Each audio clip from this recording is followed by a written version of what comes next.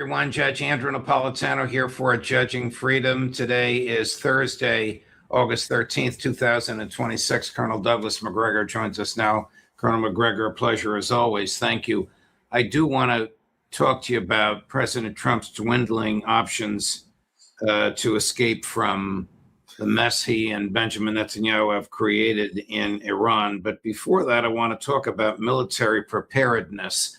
When the Pentagon prepares an operation of the magnitude that President Trump apparently ordered, what steps do they take and how long does the preparation take?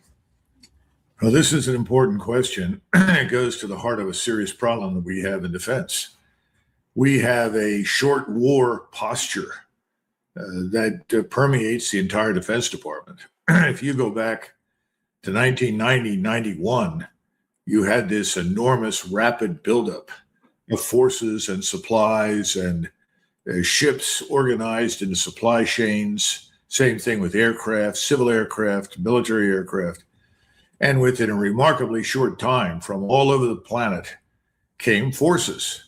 Now, we were lucky we were able to do this without interference from any of the missiles that Saddam Hussein had at his disposal, which, had he used them, could have been devastating. But the point is, we had on hand, on our shelves, plans regarding how you would mobilize and move all kinds of forces, air, space, sea, and also how you would re-task satellites and satellite arrays in space to support the communications and operations. So we were prepared because we had spent decades preparing potentially to fight the Soviets in Central Europe. So that was assumed to be a potentially long war. Now, there were different estimates, but the point was that you had to be able to fight for at least 6 months, if not longer. And that, of course, would then be accompanied by national mobilization and so forth. We don't have that, Judge. There was no mobilization per se. We were living on whatever still exists. You've heard people say that we Americans have been living essentially on the industrial capital that was built by our ancestors. In other words, the scientific industrial base that emerges between, say, 1920 and 1960. And they're right. That's what we've been living on. We haven't gone out to build a new scientific industrial base per se, as China has in other countries. Well, the same thing is true in the military. We haven't done that because we picked opponents, whether they were in the Balkans, they turned out to be the Serbs, or later on, people like the Libyans, the Iraqis, the Yemenis, any number of different peoples. And the conflicts were short. And it didn't require a great deal of effort or military power to dominate them. And so we became used to this particular setting. This was the problem the British had before World War I. They were used to fighting what they called opponents inside the empire. And for our purposes, the Middle East, Africa, maybe Latin America under certain circumstances, but no preparation to fight a powerful continental enemy. So what do you get? You get what we've got. You take what you have, you hurl it at Iran, which was from day one grossly underestimated and misunderstood, and you come up short. And so we have a Navy that was not prepared for long terms at sea, didn't have the depth in the force, didn't have the depth in the personnel. And we're paying a price for it right now.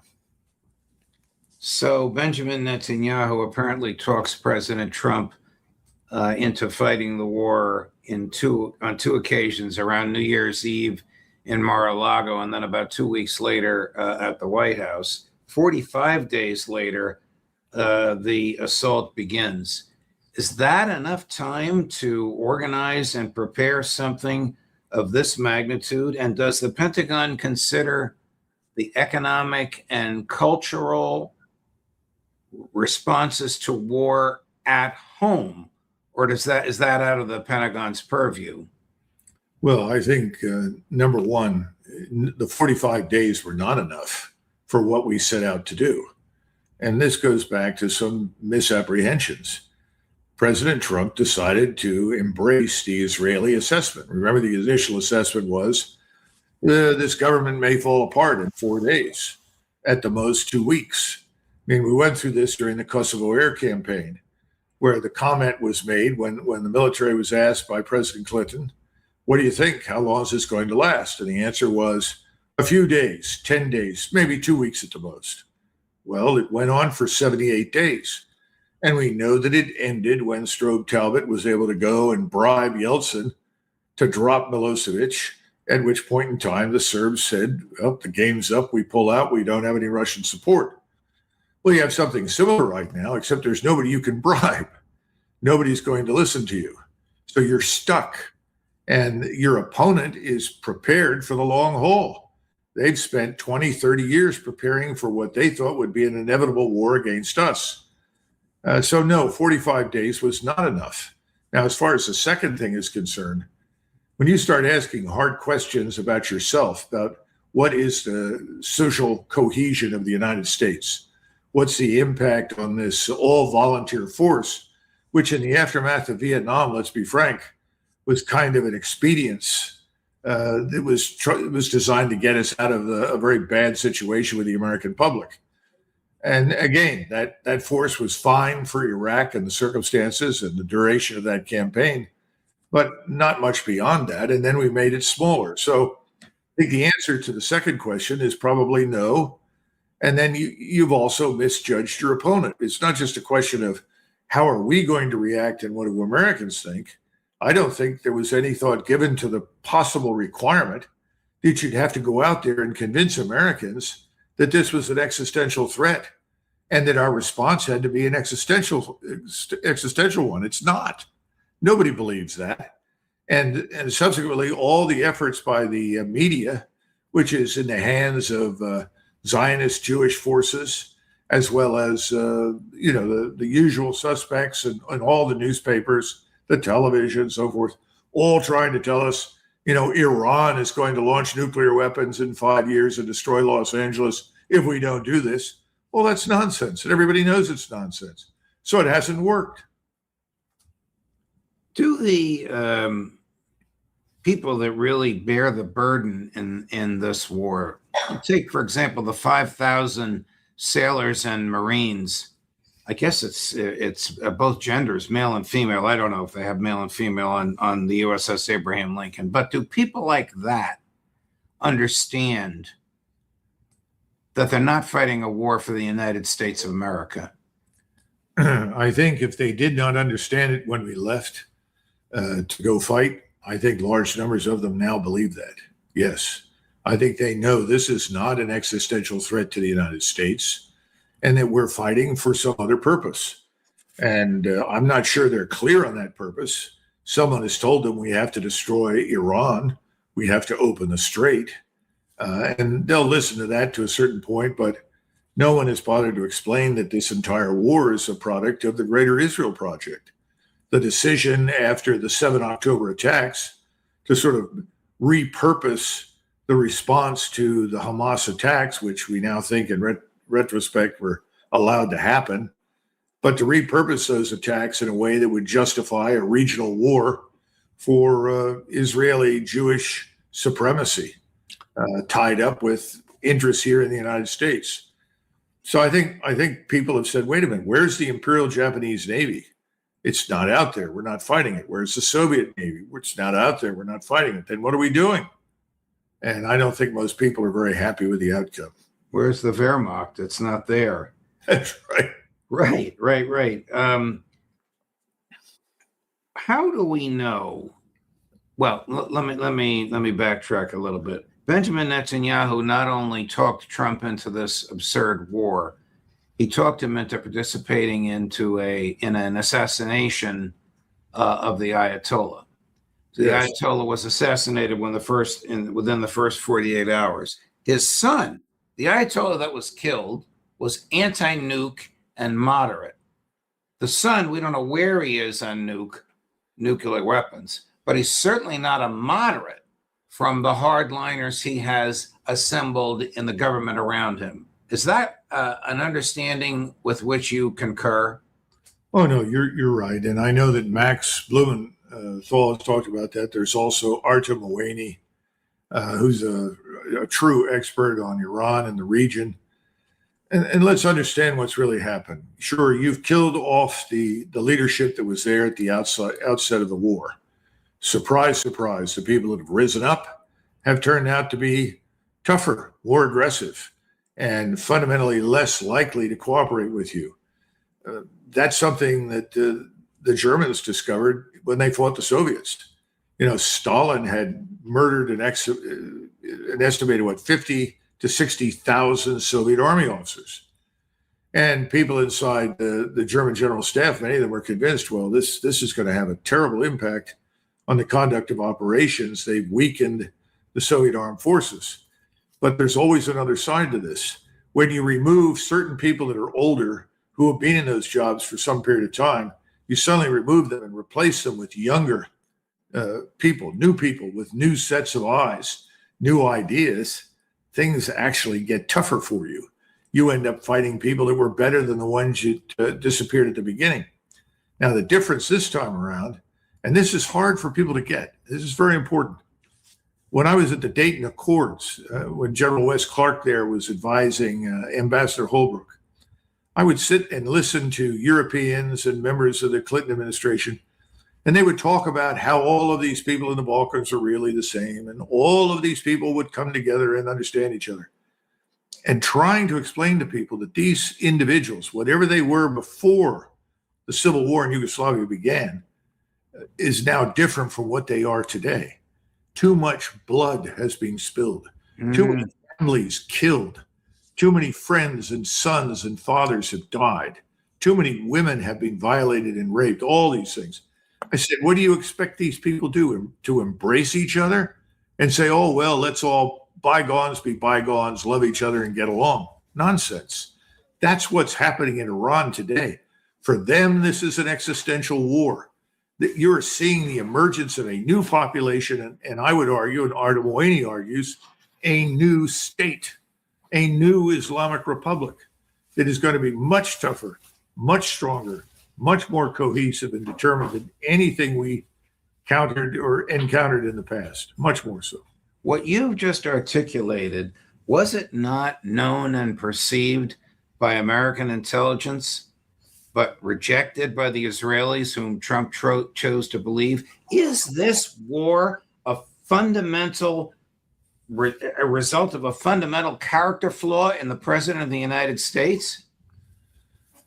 Well, character flaw may not be the right word. The right word might be lack of understanding, lack of confidence in his own people, because he does seem to have deferred to the Israelis along the way, Judge. I don't see any evidence that he's ever really said, no, thank you, don't agree with you, go back and re-examine your assumptions, which is normally what you say to somebody when they present you with an assessment, as Phil Giraldi or Larry Johnson can tell you. You look at this thing and say, well, listen, I've read this. I've also read your assumptions. I don't think they're right. That doesn't seem to have happened. It seems to have just been taken on uncritically by the president. And that's the fault of the 6 or 7 people that surround him, that they allowed him to do that.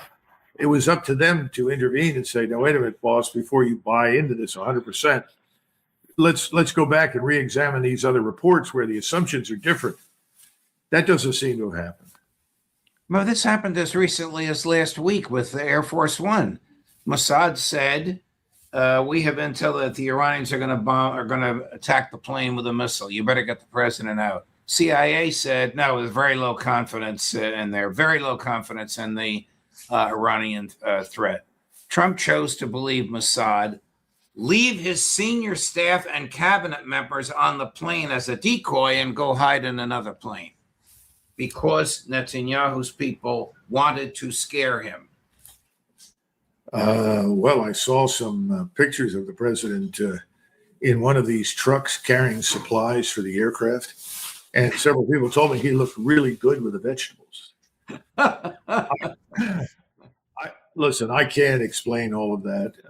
I mean, obviously, he wasn't terribly worried about having to replace the people on the other plane. That may tell you something. But beyond that, it just doesn't make a lot of sense. And if you're going to be the commander-in-chief of the U.S. Armed Forces in wartime. You have to listen to people that are concerned about your safety, but at some point, you can't say, I'm going to sneak out of here. I'm worried about my safety, especially when you have people in the Gulf, people at sea, people on land, whose lives are at risk all the time. At some point, as president, you say, look, okay, thanks. I'm going out on Air Force One. If I don't go out on Air Force One, people will genuinely think there's something wrong. There isn't. And I don't want to be viewed negatively by the men, women that I command in the armed forces. But that did not occur to him.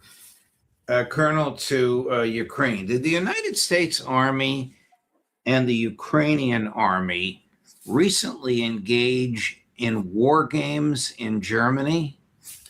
Well, this appears to have occurred in May, June timeframe. Maybe it started in April.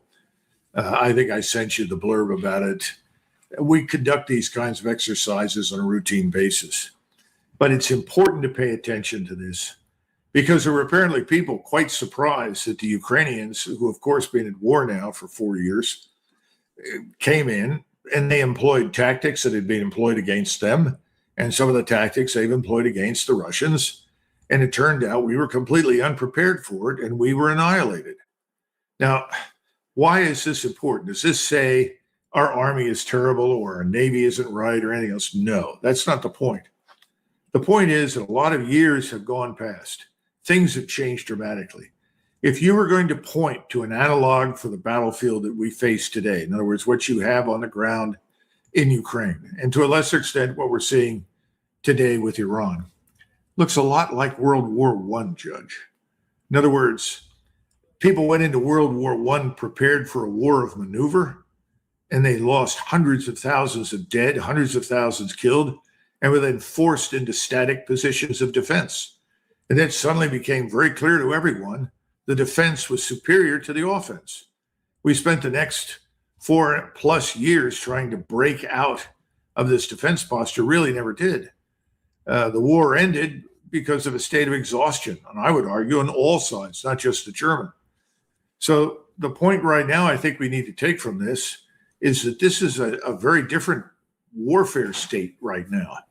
When I say state, I mean condition. It's a lot like World War I. You're not going to be able to do the things you did in the past, behave as you did in the past. You're going to have to prepare for a very lethal environment that's different. And we're going to have to live with this environment in which the defense is superior to the offense. And I hope somebody is looking at it from that standpoint. It goes also back to the other comment. It's time to start preparing to fight a long war, because any war you get involved with as a result of the changes in technology is likely to be long, not short anymore. That assumes that you're going to travel anywhere to fight anybody. That's another question. So I think it's a good thing this information has gotten out. I hope the senior military leadership of the Army and the Marines, everybody's looking at this, because we've got to come to terms with it. If we fight in the future, we've got to expect to confront this kind of lethality and threat. We've got to plan for it. We've got to find a way to counter it. To me, it's almost inconceivable that the Ukrainians beat the Americans and that the Ukrainians had time to engage in war games when they're fighting an existential battle against a military 5 times their size. Well, we've paid for that. We brought them out, we set them up, and they were enabled to do this. I think whoever did it deserves credit. It was a smart thing to do. And, you know my view on this whole thing. The war, for all intents and purposes, on the ground is lost. Ukraine is not going to win anything. There is not going to be any comeback. The question is, will there even be a Ukrainian state in the future? But we can learn from this. So I'm glad that they brought out these veterans.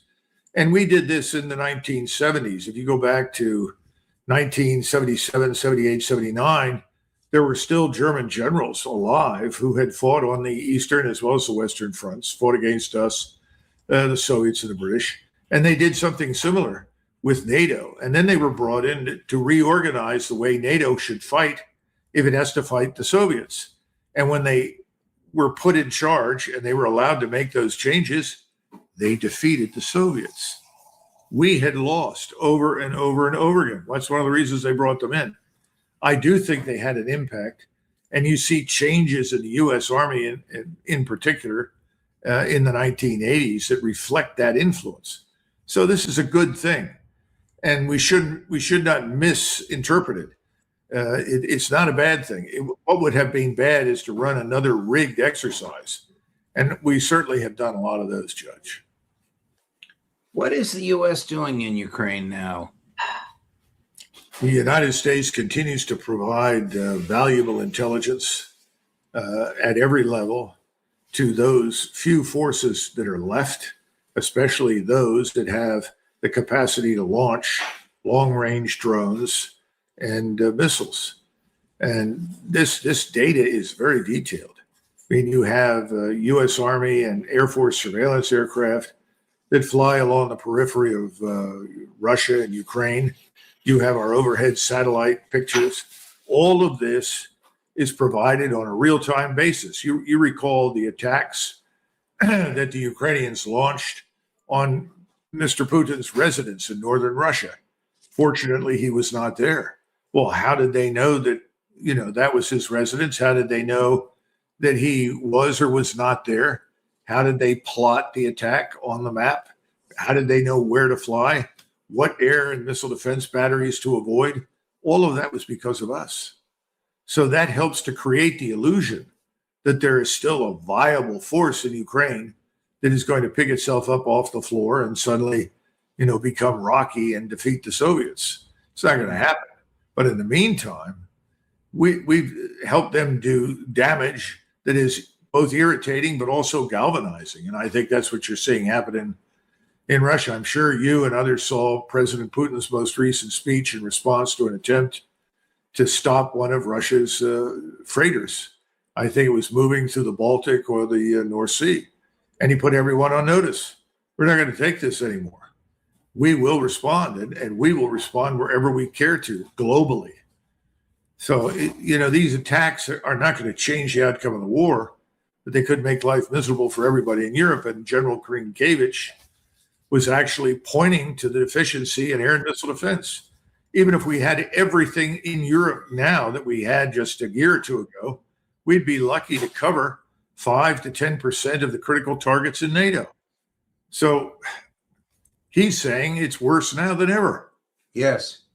Well, here's President Putin. I don't know if this is the speech to which you refer. This is just 2 days ago. He's in uniform. He's addressing troops. And it sounds to me like he's going to attack NATO facilities. Well, you tell me what you think. Chris, number 12. NATO is gradually seeping into the area, and new military political blocs are being formed right before our eyes. New weapon systems are currently being deployed and are also planned for deployment here, which pose serious threats to our country as well. Tensions are also being significantly ramped up in the neighboring Arctic zone, which we have already mentioned, specifically regarding the ongoing use of the Northern Sea route. Although Russia has always, and I truly mean always, consistently advocated for and now confirms its full and complete readiness for broad international cooperation and utilizing the many strategic advantages of the Northern Sea route for the mutual benefit of everyone involved. And those states that are genuinely interested in working with us are now showing a significant level of interest, primarily from our close friends such as China, India, and other nations. They are currently engaged in active discussions with us regarding these issues, and we will certainly welcome and encourage joint cooperation both with our friends and with all countries there. It was gradually seeping into the area and posing serious threats to our country. Is he going to attack NATO facilities in Ukraine, which would mean killing contractors or officers from Germany, Britain, Poland, the U.S.? Well, in Ukraine, without question, he's already done that. Not necessarily deliberately, but you had a group of NATO officers at a school in the vicinity of Poltava in eastern Ukraine. In fact, several Swedish officers, they were all killed in a tactical ballistic missile strike. What he's saying now is, I think, not simply Ukraine, but I think it could expand. I think we're reaching the point where we risk a confrontation with Russia. at a point in time when we're not equipped for it. And again, read the subtext on Grinkiewicz. He's trying to send a signal. If the Russians decide to move decisively with theater-range ballistic missiles, cruise missiles, or unmanned systems against specific targets in Romania, Poland, Germany, Latvia, Lithuania, wherever, there's nothing he can do about it. That's not a good position to be in, but that's what he's saying. And I think Putin is saying that. Now, there's something else, and this goes back to a question you asked earlier. Robert Burns wrote a poem years ago in which he said, grant me the gift of being able to see myself the way others see me. You were asking that about the Pentagon, about the Department of Defense, and Right. do we see others in a realistic light? The answer is no. We've never understood the Russians. We've never tried. You know, this rules-based liberal international order nonsense throws international law out of the window. Under international law, the existing body, Russia is a sovereign state. You cannot arbitrarily violate Russia's sovereignty. We decided it doesn't matter. Democratic states, liberal democratic states, or those that fancy themselves as being liberal democratic, we can debate that, as you know, seem to think that they can do whatever the hell they want. They can challenge anybody, anytime, anywhere. They can decide what is morally right or what is morally wrong. And that's the problem. All of this is wrapped up together in this sort of insane liberal internationalism that's dragged us through the Balkans, dragged us into Africa, dragged us into the Middle East, and ultimately it's been part of the justification for war in Iran. It's crazy. It needs to stop. And the Russians are prepared to stop it. And I think we ought to take them very seriously. Colonel Macgregor, thank you very much, my dear friend. Thanks, as always, for letting me go across the board from the Pentagon to war games in Germany to Iran. Thank you, Colonel. All the best, my dear friend. We look forward to seeing you next.